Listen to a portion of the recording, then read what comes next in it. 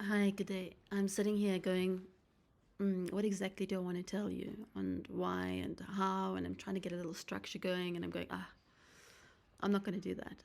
I'm going to let go of the structure and just chat to you about what I want to chat to you about. So, this channel's called School of Sacred Sexuality. And there's a very particular reason why I called it that. And now there's a reason why I want to change it. So, if you are a subscriber to my channel or interested in sexuality, I just wanted to explain where I'm coming from. So, my foundational work, very deep love affair I had with Tantra. And I learned a lot from Tantra, and it awoke a huge amount in my being. And it's extraordinary where it took me, my journey into Tantra. But then this argument on earth began amongst people in this kind of niche world, or maybe not so niche in some places, that Tantra isn't actually about sexuality, you know? It's not really, it's about other things, spirituality, or, yeah, a lot of people don't actually say what it is about.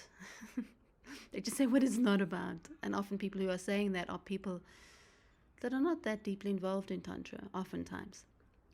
But Tantra, the word is a simple word, really. It means it's the tan, the method, and tra is the expansion. So it's really methods that are expanding you, you know, which is quite in alignment to evolution.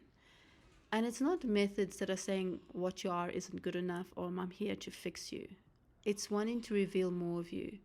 So we start to see in our culture that there's many times we should not exist, or we shouldn't appear. I was reading the introduction to a book today, and this man was saying that we shouldn't really show ourselves truly to people that are just going to die or pass away. I mean, what a statement to make at the beginning of a book. It's quite something. So there's this, and this is a man who's putting himself in a position of a high spiritual teacher. So Tantra really is about the revelation of the self, at least to yourself and to those in your Sangha, in your spiritual circle, or in your holy circle, the circle where you do your holy work. Like, we must slowly find the courage to reveal ourselves. So for me, Tantra is really a great revelation of the self. But the word Tantra can be used for different things. You can have a Tantra of medicine, a Tantra of meditation, a Tantra of life practice. It is the practice of expanding your knowledge, wisdom, your mastery in a certain direction. So that's what Tantra is. And yes, it doesn't necessarily refer to sexual practice, but in the neo-tantric world, we actually have a Tantra of sexual practice. That is part of our wisdom collection. And the reason why is because there's been so much confusion around sexuality on earth that is a key place where people shrink or contract or don't show themselves. They really resist the sexual nature so completely. So that is, we have the Tantra of the sexual knowledge, wisdom, expansion of our nature. And through that, through the expansion of the sexual nature, we meet an aspect of our divine nature, our creative nature, which we believe we are here to do on earth, is to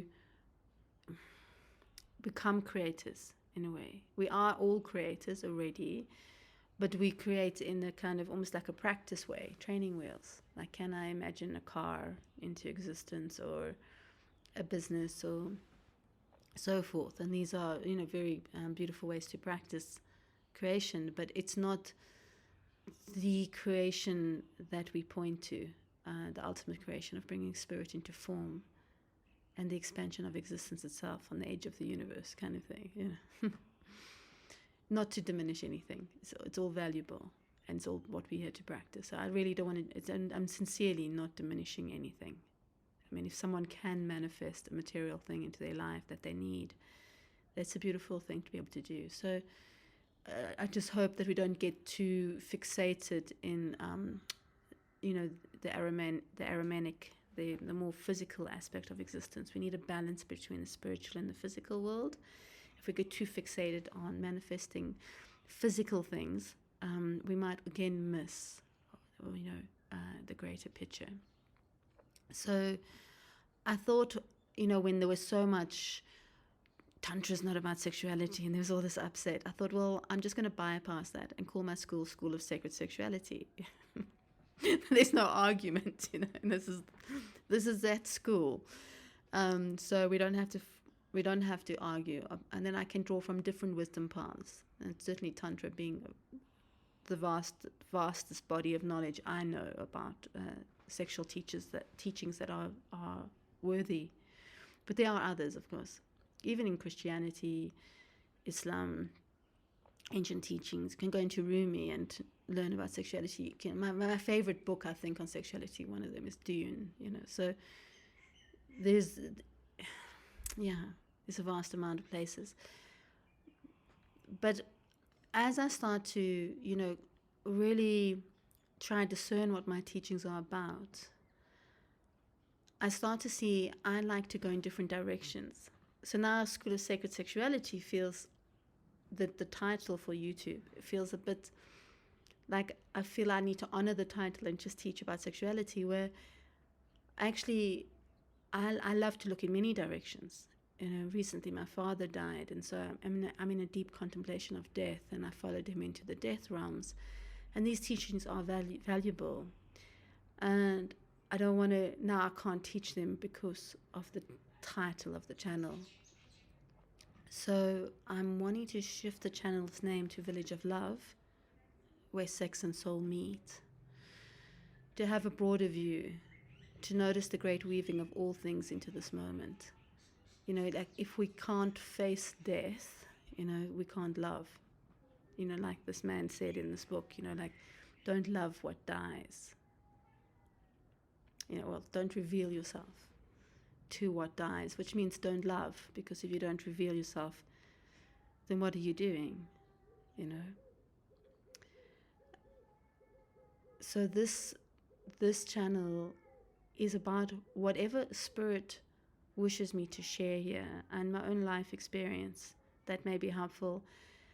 And hopefully, if I get my act together, more teachers will come on this platform as well, in this very kind of relaxed, intimate way. I'm in my home right now, as you can tell. I like a relaxed, intimate feeling. I like the feeling of family. I like this feeling of, us all in this together, walking on this journey together of discovering ourselves, becoming ourselves, and living a good life, and living a life worthy of this miracle of birth and life, So I'm here to offer that to you. I work with people as well, and guide them, hopefully, more into themselves. It's really my deep honor to do that, and it's my deep wish to do that I'm here to guide someone towards themselves, and not anything I think they should be. I'm really interested in finding out who they are and allowing that to live and flourish in the world, and not allowing it, inviting it, celebrating it. Yeah, so I love to experiment, and I don't really resonate with the whole brand thing, because I feel like we're constantly changing. And the spiritual path is a living lineage of being with the evolution and what's required right now for us to come into a deeper expression of ourselves. And by that I mean by bringing to light the wounds in our system. Like the wound means a part of me is left behind. A part of me cannot be in the moment because that part is in pain, or wasn't allowed, or was abused, or whatever happened. That part is not allowed to exist. So that's a wound. Wound means part of me is not allowed to exist. And then in the other direction, a part of me's never existed. Like, let's say the Devya consciousness, the divine consciousness, the gift I haven't expressed yet, the part of my soul that hasn't lived yet. That's a becoming aspect, and that's part of living. It's part of our face changing as we get older, or it's part of our changing system. So our changing system can reflect the wounds, that which is not allowed to exist. That's like a contraction in the body and can lead to illness. And the changing system can lead to a whole new way we look like sometimes. of a new aspect of being coming into existence. It's quite beautiful, really. And so in a way, it's not about hurrying the process so much, but about learning how to really allow it, and learning how to, like, start to, like, get past the woundedness to that which can exist in us again. One thing I've worked with recently is being free from the imprint of my mother on my sexuality. Nothing wrong with my mum, well, she's like any other human on earth. Got her stuff, had her stuff. She's passed, my beautiful mum. But it's like, how do I take her imprinting off my sexuality so that I am here?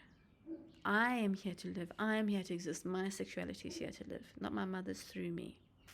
So that's been like a kind of, call it the wound, because it was overshadowing some of my own sexuality. And so it's been quite a deep work for me recently. I'm somebody who never stops doing my own work. I've lived in the mountains of enlightenment, but I chose to leave. I chose to leave those mountains because I wanted to honor the walk of this human woman. Enlightenment, in the enlightened way, is here to reveal me. I'm not here to reveal enlightenment. I see it differently. Enlightenment's almost like a tool now that one can use to shine on. If that's the right medicine, the right tool, I can use it. But I'm not here to be enlightened. Enlightenment is here to reveal me. I hope that makes sense. So Village of Love is a embracing of all of who you are, all of who we are together. It's a weaving and an invitation to more conversations, not just my face online. I would like to hear other voices and bring other voices to you who are resonant with this field of wisdom, this field of becoming that embraces the sex of you, your sexual nature, embraces the soul, so that we can walk on the path into love. Love is the way.